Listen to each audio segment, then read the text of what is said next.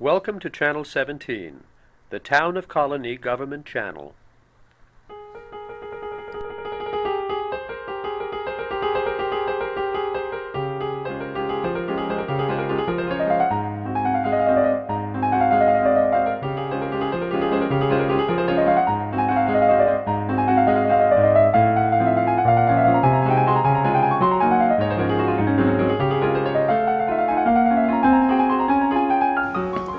Welcome to Dad's Eye View, where we hope to address parental issues from a loving dad's point of view. It is my desire that we talk together, learn together, but more importantly, that we strive to parent together. I'm your host, Kenneth Braswell, and welcome to the show. Today's guests, Greg Owens and Sabrina Houser. Welcome to the show. Thanks. Thanks, Ken. Let me introduce you before we get started. Greg Owens is the Director of Special Projects in the Office of Strategic Planning and Policy Development for the Office of Children and Family Services and has responsible for statewide initiatives including mentoring, youth gangs and violence, disproportionate minority representation, cultural competence, and responsible fatherhood. Sabrina Houser is the CEO of Big Brothers and Big Sisters of the Capital Region, where they are proud to serve more than 500 children annually from Albany, Schenectady, Rensselaer, and Saratoga counties. In 2006, the organization was chosen by Big Brothers and Big Sisters of America as one of the top 35 best performing agencies in the nation. Congratulations. Thank you. And before we move on, I'd like to thank Jennifer Dugan and Nate Whitechuck, who did an awesome article for us in Latham Life about the show. So pick up Latham Life and learn all about Dad's Eye View. So let's get started this morning. You know, the issue of mentoring, you know, across the country and particularly in the Capital Region is a serious issue. You know, as many more of our children are growing up without their dads in their households, as parents are finding, you know, ways to compensate for this economic turmoil that we're in by both parents going to work. There's many reasons why we need mentoring for our children. But tell me a little bit about your role in the field of mentoring, and either one can start first. Why don't you? Okay. As you stated, I'm currently the CEO for the mentoring agency. I actually started with the program as a big sister in 1996, and the experience completely changed my life. Not the reason I got into it. I honestly just wanted to spend some time with a child and thought that I could give back to a little girl, and instead what I received was a career change. She changed my idea of family. She allowed me to relive a childhood that I didn't even know existed. It's truly the most important thing we can be doing in our communities. Okay. Like Sabrina, I've been a mentor, but even before that, I've been mentored. And so as I reflect upon that, this notion of giving back and reciprocity is a part of I hope, a part of my value system and who I am. For the state, my job really is to try and find ways to build the capacity for mentoring entities to exist and grow, mostly in collaborations and partnerships. And so we're not trying to go around and identify individual organizations that we can help. That's a funding process for another part of the organization. What I'm trying to do is go out and encourage people to come together in times of fiscal strife and reduced resources to work together to share to share their resources and grow safe and effective mentoring in that fashion. You know, Sabrina, a lot of people think that you have to be a parent first to become a mentor. Do you think that being a mentor first helped you with your parental responsibilities? Yes, yes. Yeah, so. I honestly didn't know if I wanted to be a mom at all. And I knew I loved children, and I knew that they're such an important part of our future. But I just didn't know if that was for me. And I do think a lot of people come into it feeling as though I don't have the experience with a child. I don't even know how I would interact with a child. And they take that role from you. They guide the way.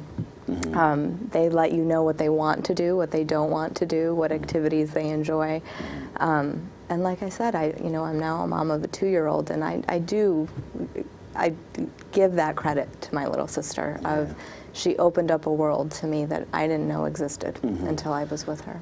Before the show, Sabrina and I were sitting outside kind of watching parents go in and out of the library, you know, and there was one dad walking out and his son just had a mental breakdown, you know, at the door. And we were kind of talking about how we as moms and dads really, you know, nurture our children differently. And I said, well, saying if that was my son, I would have done the same thing he did, which was kind of pick him up, and he would calm the minute I picked him up. If it was his mom, he'd still be rolling around in the corridor downstairs. And, you know, it's one of those kind of parental differences that we don't pay a lot of attention to, but it's something that we should probably incorporate more in terms of understanding how we do parent differently. Greg, knowing that that mentoring is important, that it can be beneficial to someone who's looking to be a parent, why is it so difficult to get people to recruit to be mentors? It's an interesting situation. Nationally, and Sabrina, I'm sure you know this too, we've got this thing called this mentoring gap. And basically it's those young people who could benefit from a mentor versus those who are in mentoring relationships. And I think the literature says about 3 million in mentoring relationships currently, but 15 million could benefit from a mentor. So you got this 14, 13 million person mentoring gap. And so the question is, why can't you get more people to step up and do this thing that we know really works? One of the things is we don't really explain it very well. I think people have a lot of misconceptions about what mentoring is. I think it involves a lot of money, all consuming in terms of their time. They have to make choices between their family and a young person, and so we have this misconception about what mentoring really is. We don't market it well in terms of outcomes and how you can get to great outcomes by 4 hours a month for a year. I mean, most people that I talk to don't realize that that's really what we're talking about. 4 hours a month for a year. That should be our mantra. 4 hours a month for a year. And then people will begin to think about it differently rather than an all-consuming every day during the week, 365 days a year, and I've got to put out a bunch of money also. You know, we know that, you know, research says that today 24 million of our children are waking up each morning without their biological fathers in their lives. And a lot of times we find difficulty in really understanding why it's so difficult to get mentors, and sometimes I believe that the answer is in that $24 million number. And so it always leads us to have this conversation about father absence. And if anyone, if the both of you can answer this question from your own perspectives, how do you believe father absence in our communities is contributing to the need for more mentors? Currently, the children in our program, 98% of them either have a single parent, struggle with low income, or have an incarcerated parent. The majority of our single parents are being raised by moms. So I would say the lack of a father figure brings a lot of our single moms, especially with little boys, to the table to say he is surrounded by female support. He needs a man in his life. He needs a man that can show him how to grow up and be a responsible man. He needs a man that can show him what being a man in this community is about. Although I can provide basic needs, I can provide love, I can provide motherly support, I can't provide that male relationship that he so desperately needs. And that's why moms do come to us. I certainly concur, and I think the notion of the absence of males in communities really destabilizes communities. It makes them less than complete and less than completely healthy. And so what you've got is children growing up in a community that is operating at a deficit just because this male absence is so profound. And in some of our urban areas, it's even at critical stage, where you don't have any men at all there, and a proliferation of single parents and lots of children with that unhealthy situation. And you know, we kind of talk about mentoring and we talk about father absence, and we know that those numbers are disproportionately larger in urban communities, and it's a conversation we must have. At the same time, understanding that any child without a biological parent in their lives are suffering on one end, whether or not they're missing their moms or missing their dads. But today, missing their dads is much more prevalent than missing their moms, and it's an issue that we must deal with, because I believe that father absence is the engine to many of our social ills. And if we can figure out how to deal with that and bring fathers emotionally and financially back into the lives of their children, we can solve a lot of our issues, you know, for our children. But going back to the urban issue, and I know that many of the Capital Region mentorship programs are suffering with one particular issue, and that is the recruitment of black males to be mentors mentors for many of the children who happen to be children of color, who are on that disproportionate end of growing up in single-parent households. We know based on recent research that 73% of black babies born today are born to single-mother households. About 52% Latino and about 38% white children are being born into single-family households. A lot of people will argue that race doesn't matter. Where does it matter with regards to mentoring? I think race is a part of culture, and culture always matters. Race, ethnicity, gender, socioeconomic status, that's all part of this mosaic called culture. And so you can ill afford to ignore culture. And so I think the literature says that race doesn't necessarily play a predominant role when you look at outcomes. You can get good outcomes with cross-racial matches. So then it backs into the issue of values. And what kind of program do you want? What kind of outcome do you want for a specific target population? Interestingly enough, race does matter when you look at early termination of mentoring relationships for black girls. For some reason, those relationships tend to end a bit earlier. And so this notion of why black girls have this issue, or why those matches don't last as long as opposed to targeting these girls as having an issue, becomes part of that conversation. So you've got to kind of disaggregate this and figure out what your program outcomes really look like in all of its dimensions, and race and ethnicity has to be considered too. Right. You bring up a good point about girls. You know, because a lot of times in this field of mentoring, when we talk about mentoring, we more heavily talk about boys, you know, in terms of finding mentors with boys. But increasingly, we see girls in more of a need, you know, of mentors. We know that girls now represent the highest number of the increase in incarcerated individuals. There are more girls being incarcerated today than ever in the history, you know, of our country.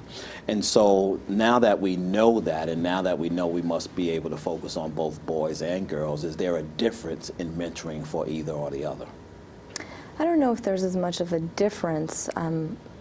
You know, with our organization, we're still at a 2-to-1 ratio. For every little girl that comes through our door wanting a mentor, there's 2 boys. And it's the reverse with our mentors. For every, you know, 1 male, we'll get 2 female volunteers. So our organization has really looked at ways of trying to reach out to the vast little boys looking for a mentor. And we do some cross-gender matching with little boys and with big sisters, just because the wait list of little boys is so much larger. The mentoring aspect of exactly what Greg said, the message of you really don't have to change your life to change the life of a child, is the same. You don't have to be a superhero, you don't have to be a millionaire. You really just have to be a friend to a child. We're not looking for tutors, teachers, counselors. We're looking for everyday people that just want to spend some time with a kid, just to be a friend. That's all we're looking for. So that relationship is the same, both male and female.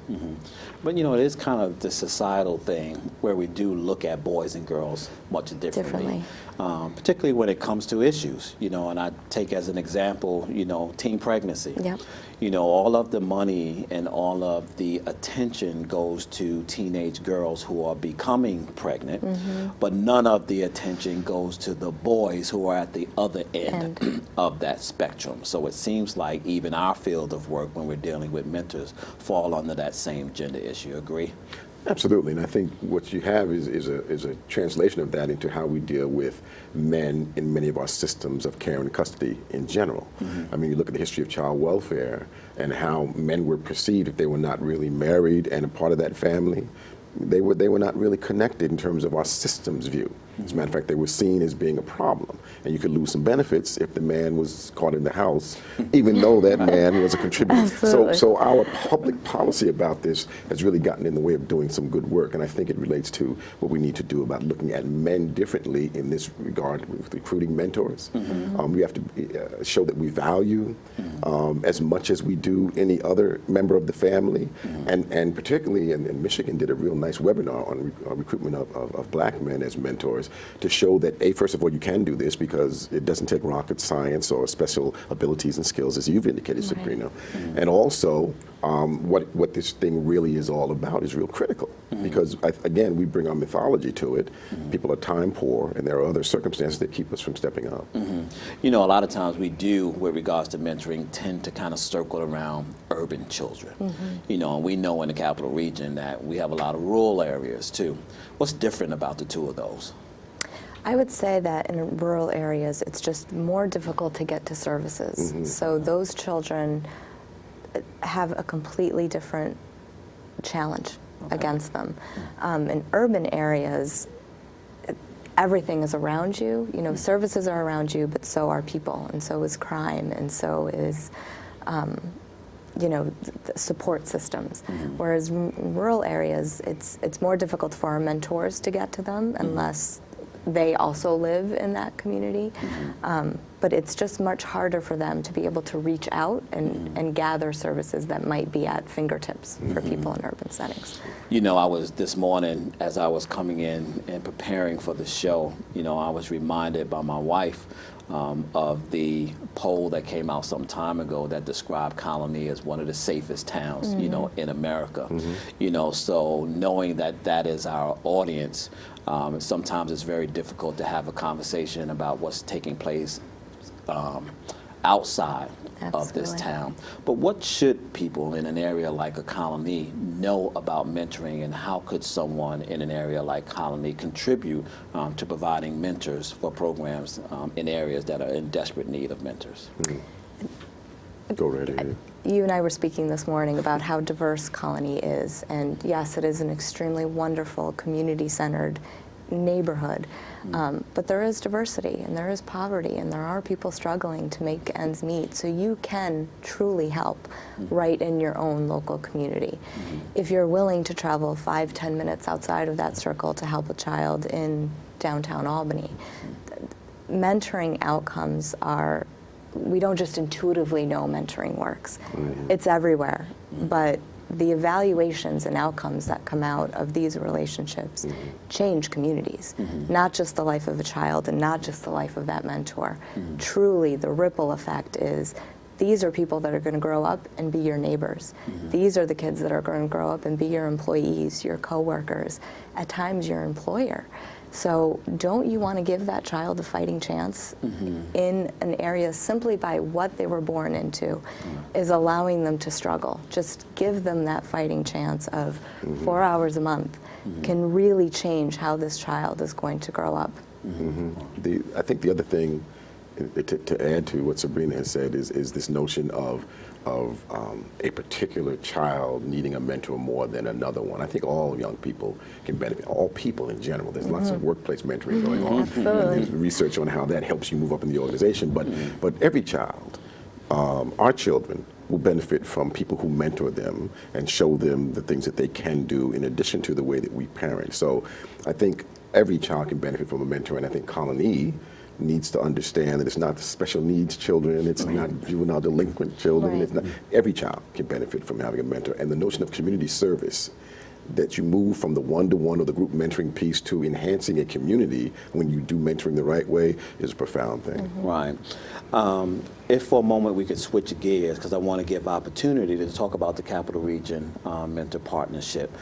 Greg was the founder of that and started, you know, that, and he's been moving mentorship throughout the state, and him and I continue to work on, you know, really trying to penetrate all communities with regards to mentoring. Can you talk about the partnership? Sure. I guess 5 or 6 years ago, we convened a group of people in the Albany area, in the Capital Region, who were doing mentoring or had an interest in mentoring. We invited Sean Dove from OSI and Gene Cohen, who runs the New York Long Island Mentoring Partnership here. And we talked about how we might form this collaboration. And so we had about 15 or 20 organizations that met regularly. I helped to convene those meetings. I believe that leadership needs to be indigenous, and so it doesn't need to be led by the state. And so once we got people together and got people moving in a direction, we stepped back from that role of convening meetings and establishing the agenda to trying to help out as much as we could in a supportive fashion from the state perspective. So we've moved to, again, as you indicated, Ken, going around the state trying to convince people to come together in groups and work together, but also to try and get mentoring on the agenda for the legislature. And we're trying to get a mentoring advisory council together that can advise the highest levels of government on the need to enhance and support safe and effective mentoring. So that's really my journey at this point. And I want to shift you a little bit, because we know that in this time of economic difficulties, funding is an issue. Absolutely. Right. How is funding affecting big brothers and big sisters today? Our agency in 2009 had to reduce its budget by 25%, an additional 30% in 2010. We've increased a little bit in 2011, but with federal cuts coming down, our agency is dependent 51% on grants. So with cuts coming down, we absolutely need to look at collaborative efforts, joining resources, and joining together for this fight on how important this service is to the community. So absolutely, the partnership with the Capital Region Mentoring Program has been so instrumental, and we do need to lead this charge of letting stakeholders know how important this mission is. You know, in this field of social work, Greg, and we talk about this all the time, there's always this missing component, you know. So we have the community, we have government, and we have grassroots organizations that are all contributing to this work. But the missing element always tends to be corporate America and business. How do we include them in this work, and where do we find a comfortable position for them so that they can do good but do well at the same time? Oh, I think that's a critical question, and there's lots of models around the country of how corporate America has really begun to invest in this, both as mentors for young people, so they have workplace mentoring that corporations are supporting, but also, of course, with the all-important funding and support from that perspective. But again, you take a look at the research. The outcomes in corporate America tend to be better for people who are mentoring than for employees who may not be mentoring. And so the boon, the benefit to corporate America is that you get employees that actually are performing better and are happier because they are mentoring. So I think those are messages that we have to convey in terms of marketing this. Okay. So there's some people out there that are watching and they're on the bubble. We've just convinced them that mentoring is a good thing, right? But we need to convince them to actually get off of the bubble and actually come out and do something. If the two of you can give them some advice right now, what would that advice be about being really engaging in mentoring? The best advice I can give somebody is exactly what I said earlier. You do not have to change your life to change the life of a child.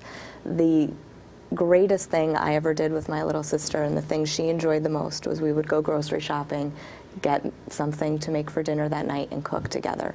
I had to grocery shop anyway, so I had to make dinner that night anyway. It's that little. It's that little of what you can do, and through those activities, communications and bonds form. So it really is that simple. It's not a life-shattering, have to change your entire existence to be with this kid. I think you have to do a self-assessment and figure out what it is you really feel about young people in general. Because you don't want somebody mentoring who really doesn't care much about young people.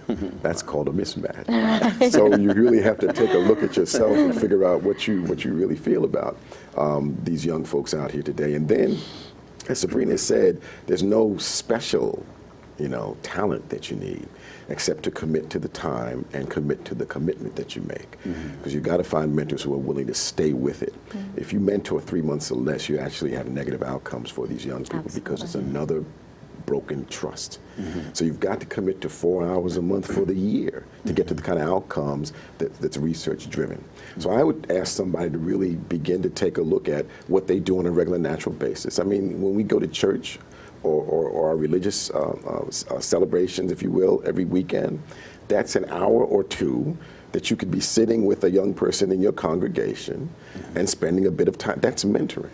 Absolutely. That's exactly what it looks like. Right. So it's really not that difficult if you begin to look at the things you do kind of normally and naturally, and then say, yeah, why don't you come to the store with me? And include them. And include them. Absolutely. Right. So since we're informing folks and we're really trying to get people motivated, we've dealt with corporate America, and now they're going to be coming and calling like crazy. We got the community, they're ready now. Put the number up. Government is now ready to roll.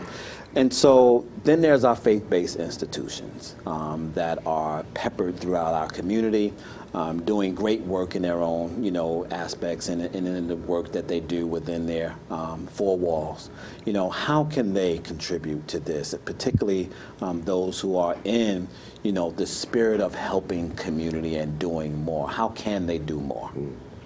I would say invite us in, allow us to talk about what it is that we do, and allow us to help you form these relationships. And we have had a lot of faith-based communities come to us to discuss how is it that they can get involved.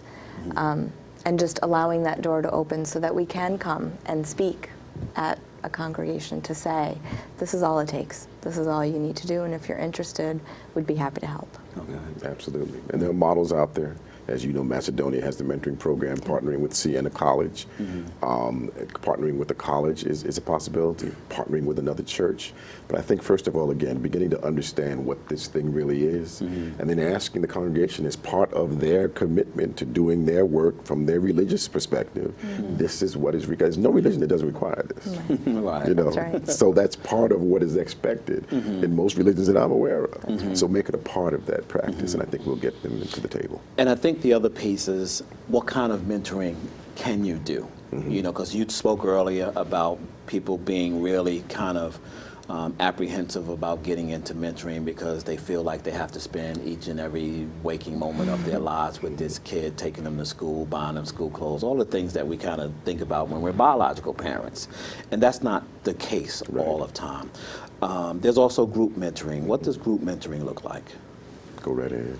Our organization actually doesn't do group mentoring. All of our relationships are one-to-one. We do have site-based mentoring in which either children or volunteers go to a specific site and location and might meet in a group forum, but are allowed to use that site kind of as their playground. So it's still a one-to-one relationship. You might be meeting with another match, but it's still that one tie to that one child.